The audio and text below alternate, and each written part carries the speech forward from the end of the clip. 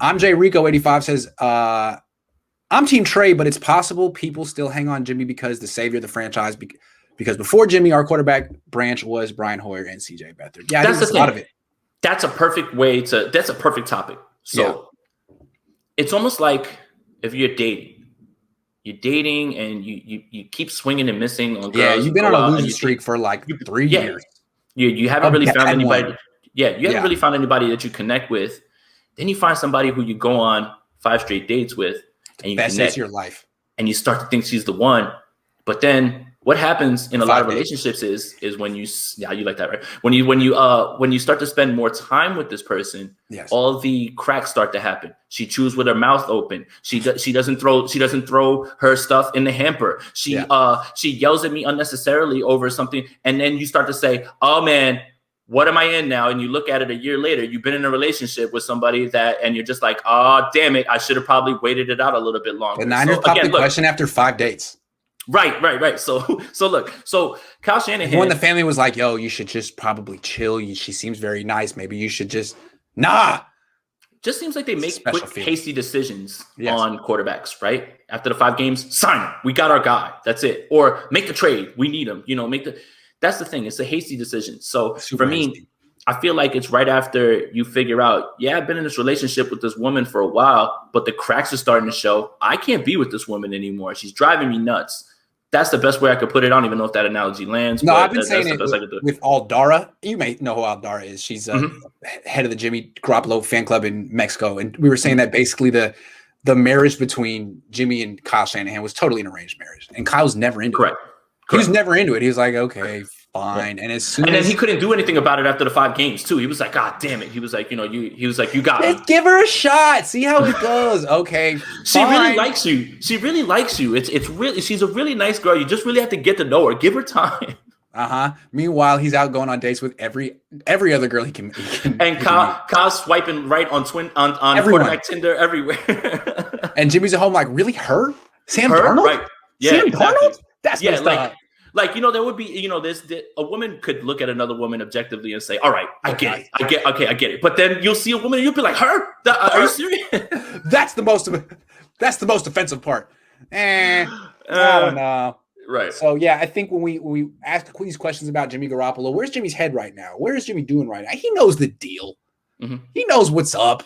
It's only a certain segment of Niner fans that don't want to or have been led astray by other writers who, I don't know, have their own agendas, but it's pretty clear Jimmy gets it, Kyle gets it. I think we all get it now. I mean, it shouldn't have taken this long, but I'm glad that all this stuff has come out because we can piece it all together because it paints a clearer picture of it. And I don't know how anybody can argue anything other than what we just laid out in terms of literally going through every single feasible thought and any feasible quarterback that could play and then landing on Trey Lance, and you still telling me that Jimmy's the guy, or that Jimmy was the guy the entire time, or that Kyle believes in him. He really has never believed in him when you really look at it that way. Nah, they just needed a better backup quarterback. You just need to trade 3 first-round picks for a backup quarterback. We need a better backup punter, I think, if we're doing that. So you need to beef up all the rooms. Like, make sure you get yourself a really good backup punter, get yourself a backup kicker. Let's just load this roster up with elite backups just in case something happens. So. No, they're just going to go with the 2 quarterback offense, where 2 quarterbacks on the field at all times. I said that's the plan. You didn't know that? God.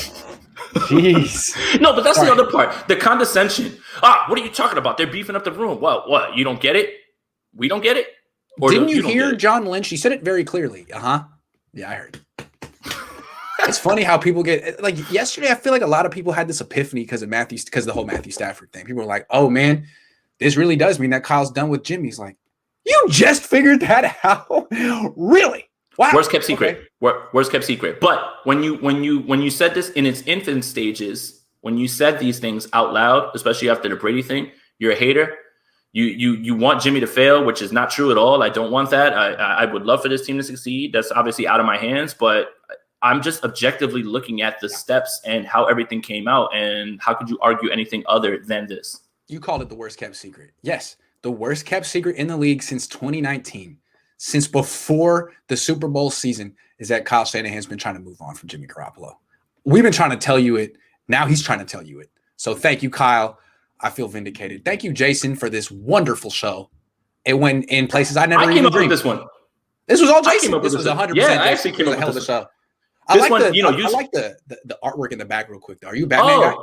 Yeah, Batman comics. So like you can see, I'll show you real quick. There's like, pop figures, 49ers logo. That's a Star-Lord mask up there. Nice. G Spider-Man. There's a Duff can there. Yeah. That's a baseball that Aaron Judge threw me nice. in Toronto. So yeah, I collect stuff, but yeah, I'm a big comic book guy and a Batman guy. So yeah, call me a nerd on Twitter, and I would actually take that as a compliment. Well, I just want to say that my great uncle, my dad's mom's sister's husband, invented Aquaman. And used to do the writing, not the drawing, the writing for Superman. This was back in the day, like the 50s. No way. Yes. His name was Bob Bernstein. He invented Aquaman, and he used to do writing on Superman. And if someone finds out that he didn't, no, he definitely invented Aquaman. So Entourage owes my family royalties. Thank you very much. There you go. They don't.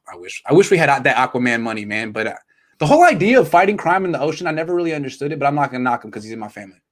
And then, there's a Family Guy sketch where it's like a woman is like being attacked on a beach and she's like, help. And she's like, is no one here? And Aquaman pokes his head out the water from like the middle. And he's like, I'm here. And he's like, hey, leave her alone. He's like, you're lucky you're not doing that. You're lucky you're not doing that over here because I'd stop you. Yeah, I took that bit personally. Right. Oh, wow. All right. Now we know. All right. So the way that you trolled me after I muted 2019 Super Bowl, I'm about to start. I'm gonna send you the worst possible Aquaman, which was Jason Momoa's Aquaman. The movie, that movie was horrendous. I'm sorry. So I'm gonna bombard you with that. Sorry, I didn't mean to steal the joke. I can take that.